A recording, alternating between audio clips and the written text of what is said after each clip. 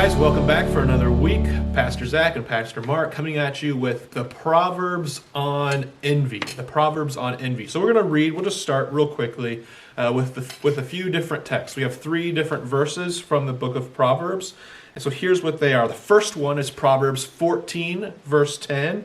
And it says this: "A heart at peace gives life to the body, but envy makes the bones rot."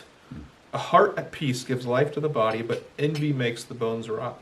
The next one is Proverbs 23, 17 through 18, where we find this: "Let not your heart envy sinners." So do not envy sinners, but continue in the fear of the Lord all the day. There is surely a future hope for you, and your hope will not be cut off. And the final verse is Proverbs 27, 4, where we read this: "Wrath is cruel, anger is overwhelming, but who can stand before jealousy?" Wrath is cruel, anger is overwhelming, but who can stand before jealousy? And so in all 3 of these verses, the common theme, of course, is this idea of envy, or another word may be jealousy or covetousness. This idea where our hearts want something else. We are creatures whose hearts set their aims and their desires on things. And this isn't always necessarily a bad thing. It's good to want the right things, but our hearts, we find, often go for the things we know aren't so good, or we make things that aren't ultimate things into ultimate things. We want things sort of in the place of God. And so our hearts desire things that pull us in different ways that may be away from God's will, may be away from God himself. And so we have to be careful with what our hearts are longing for. But before we can get really into that, I want to just start with the question then, in a technical way: what is envy? What is envy? Mark, do you have any insights on that? Yeah, I think it's really the 10th commandment is pointing at addressing envy. And so the 10th commandment is, do not covet your neighbor's, pretty much fill in the blank. Then there's a big list of different things that your neighbor would have that you want for yourself. And it isn't that you want them and you want to acquire them through any just means, like paying your neighbor for that. That's not wrong. But it's saying, particularly with your neighbor's wife as servant in the Old Testament, right? Those are things that kind of can't really be acquired, you might say, and because they really are in your neighbor's household, right? And they're sort of the things that actually constitute your neighbor's household. And so those things that your neighbor has that you want for yourself, that you think about, that you kind of yearn for, and that you wish you had instead of your neighbor. And so, of course, that's many things today. It could be anything. It could be anything that anyone has. It does not even physical things either. It could be your neighbor's looks. It could be your neighbor's personality, your neighbor's reputation. It could be your neighbor's skills. I'm sure we'll talk throughout this lesson about how, as pastors, we can be very envious. It's a real struggle for pastors. And at times I would be envious of some other pastor's ministry gifts, right? Yeah. And it's if you play that game constantly, just like those Proverbs said, you can't stand. Yeah. You'd be overwhelmed. It rots the bones. Yeah, it's paralyzing to be envious of all of the things other people have or are that I am not. And so I was preaching about the 10th commandment when we went through the book of Exodus in church, and in my research learned that it's believed that the 10th commandment, thou shalt not covet, was the first time in world history where there was a commandment about the thoughts. So many other commandments, including even in the 10 commandments, are about the things you do, and it's sort of the thoughts being manifest in action, right? And whereas the 10th commandment is about don't think sinfully, right?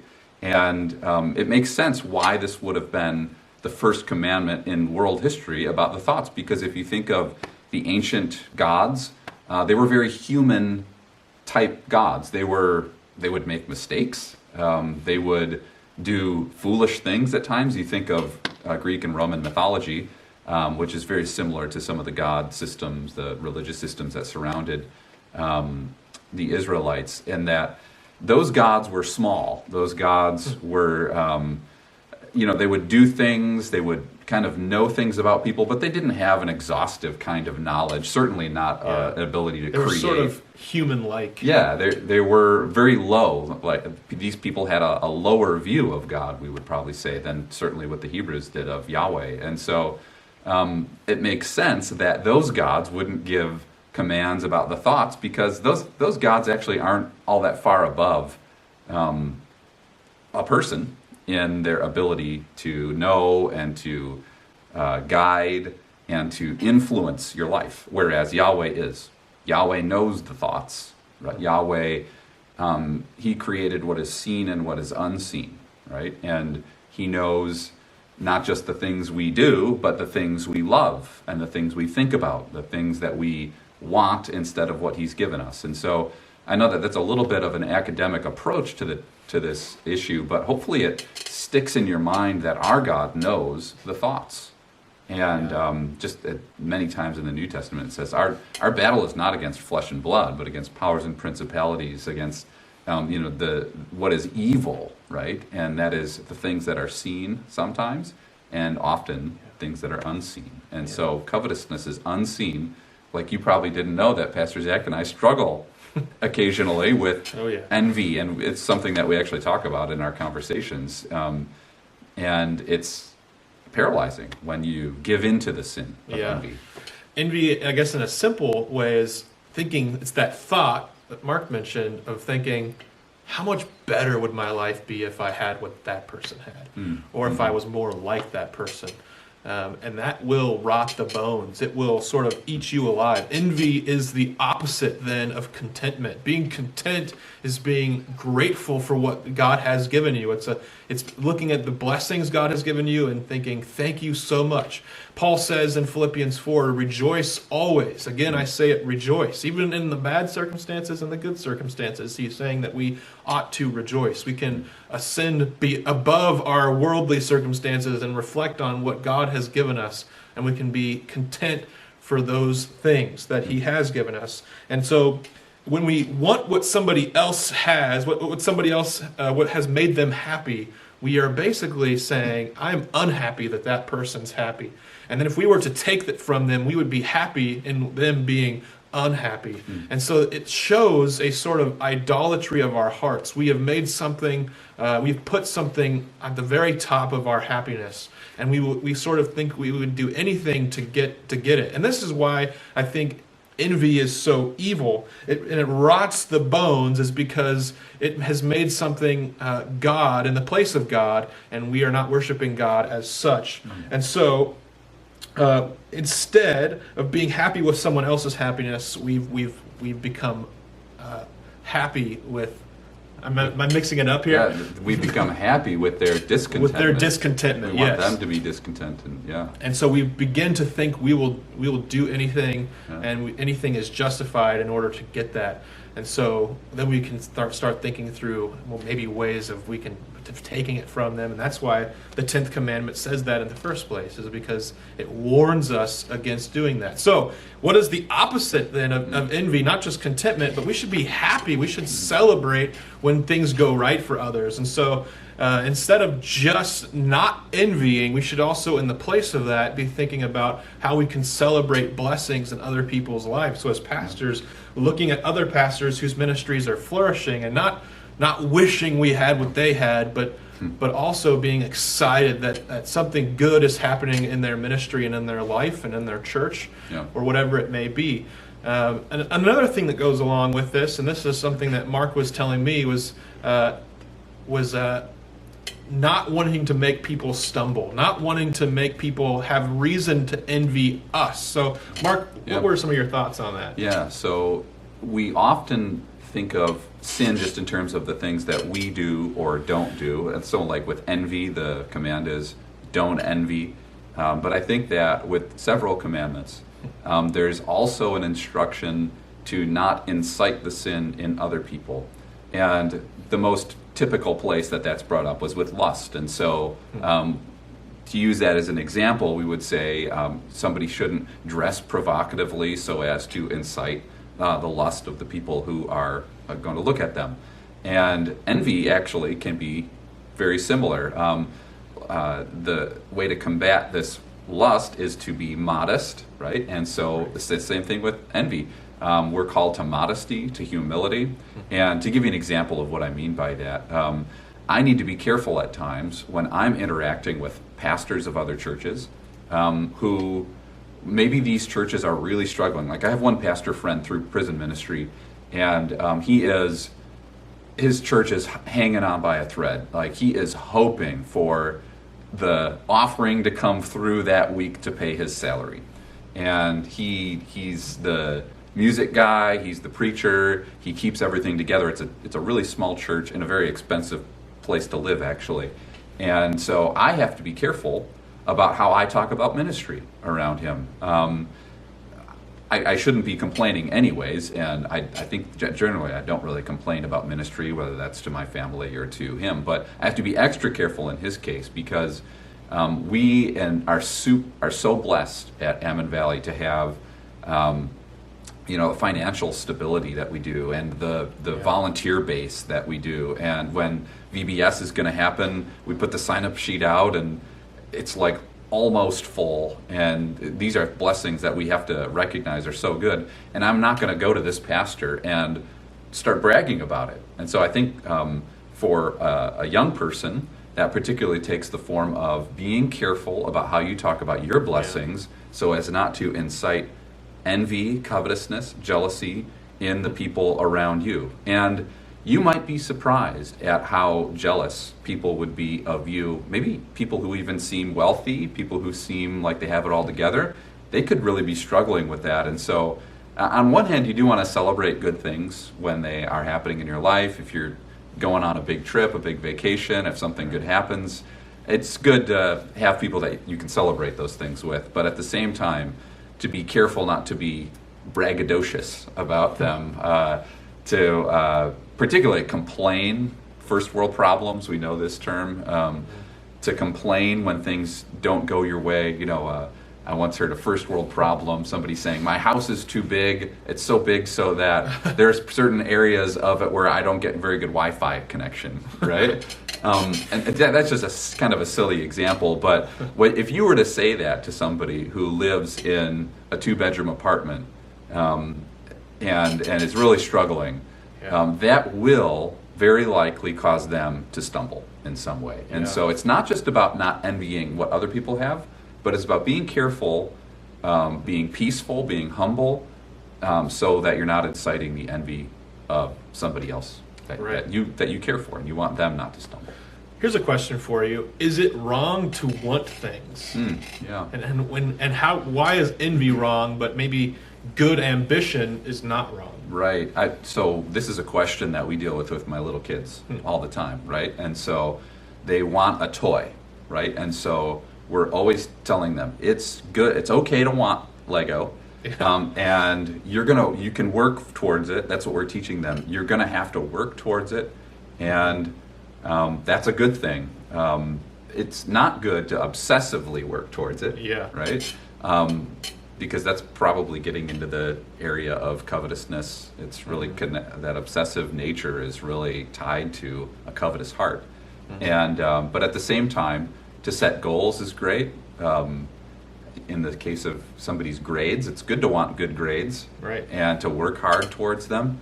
But at the same time, I think that the Spirit could reveal if that's something that you covet because it's what somebody else has. That's maybe a good way of being able to tell the differences. Do you want good grades because somebody else is above you in the class? Or do you want good grades because it's glorifying to God and it's a good use of your talents, right? With the Lego illustration as well, do they want Lego because it would just be so fun to build this stuff? Or do they want the Lego because our neighbor has the Lego?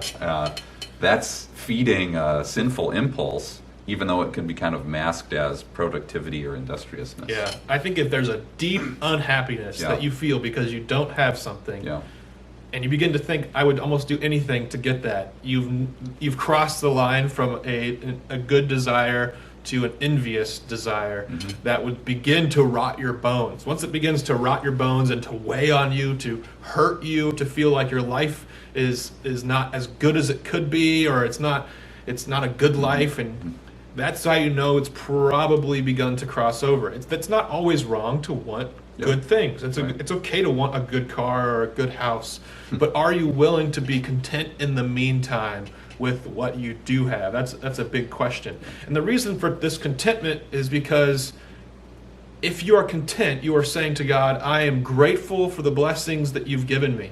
One of the things that I think about is from Exodus 20, from the Ten Commandments. The Ten Commandments, one of the things that it tells us not to be covetous about is our wife or our spouse. If I, as a husband, am coveting other women, I am demeaning and dishonoring my wife, right? So I'm not only dishonoring God for the gift he's given me in Bailey, but I am dishonoring her as a person. And so I need to be careful about how my covetousness is dishonoring the things that I have and the people in my life. And that's a really important part of the puzzle. And so how do we fight then, finally, how do we fight and battle against covetousness in our own lives? One of the keys that I already gave was contentment, but I'll let you share if you have anything. Well, it's so Augustine's famous quote, our souls are restless until they find rest in the Lord, right? Our souls are designed to find rest and contentment, satisfaction in God. And again, the Spirit could reveal in the life of whoever's watching this whether they really have that or not. You can have contentment in the Lord and plan a great vacation. You can have contentment in the Lord and work really hard towards a goal. Or you can have contentment in the Lord and go on a date, and maybe that doesn't work out, and you go and you date someone else or something, right? And all those things they're not mutually exclusive, but the heart is always hopefully seeking the Lord. Again, like Pastor Zac mentioned, I just preached on this past Sunday about contentment during coronavirus, and you could read, good books from people who endured through disaster, right? So the song that we sang to close our service was "It Is Well," and it was written by a man whose family had just died in a boating accident. His wife and all of his children. Right? And so he says, "It is well with my soul." He doesn't say, if only God had not done that. That's essentially coveting a different path or a different plan for his own life. What's the line in it? When sorrows like sea billows roll. Those sea like sorrows are like waves just crashing on him all day long. But he's still able to say, "It is well." Why? Because Christ has regarded my helpless estate and shed his own blood for my soul, right?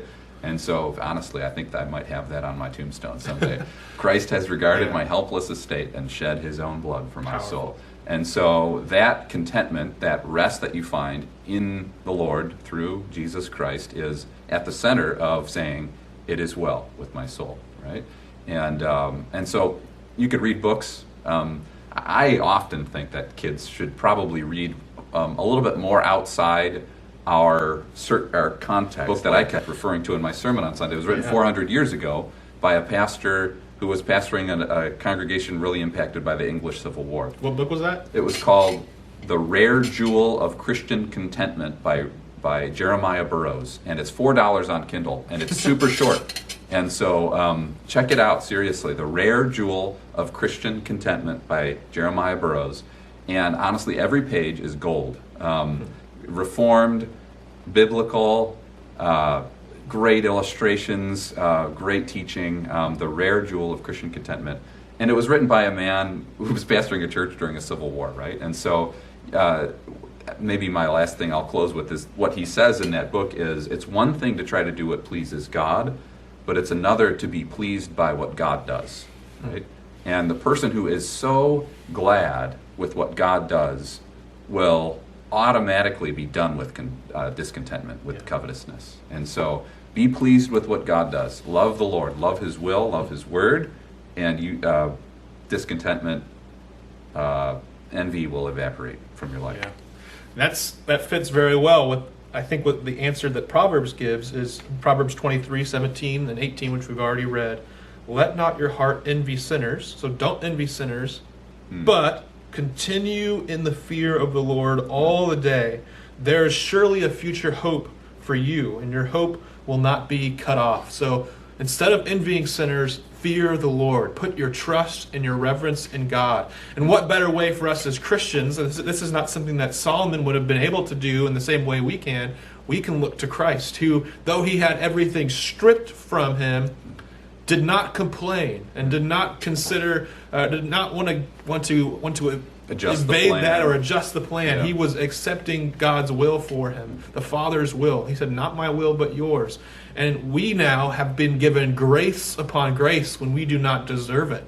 And so instead of complaining about what we don't have, we should be remembering what we do have. And because of what we have in Christ, Paul says this, and we'll close with these verses. This is again from Philippians 4. I'm going to read verses 4 through 8 and then 10 or 11 through 13. So you can follow along. Rejoice in the Lord always. I will say it again, rejoice. Let your gentleness be evident to all. The Lord is near. Do not be anxious about anything, but in every situation, by prayer and petition, with thanksgiving, that's important, with thanksgiving, present your requests to God, and the peace of God, which transcends all understanding, will guard your hearts and minds in Christ Jesus. You'll have this peace about your situation and what blessings you do have, and you won't have to be envious of others. And then skipping ahead now to verse 10 through 13. I have learned to be content whatever the circumstances. I have learned to be content, says Paul, whatever the circumstances. I know what it is to be in need, and I know what it is to have plenty. So Paul has had a lot, and Paul has had a little.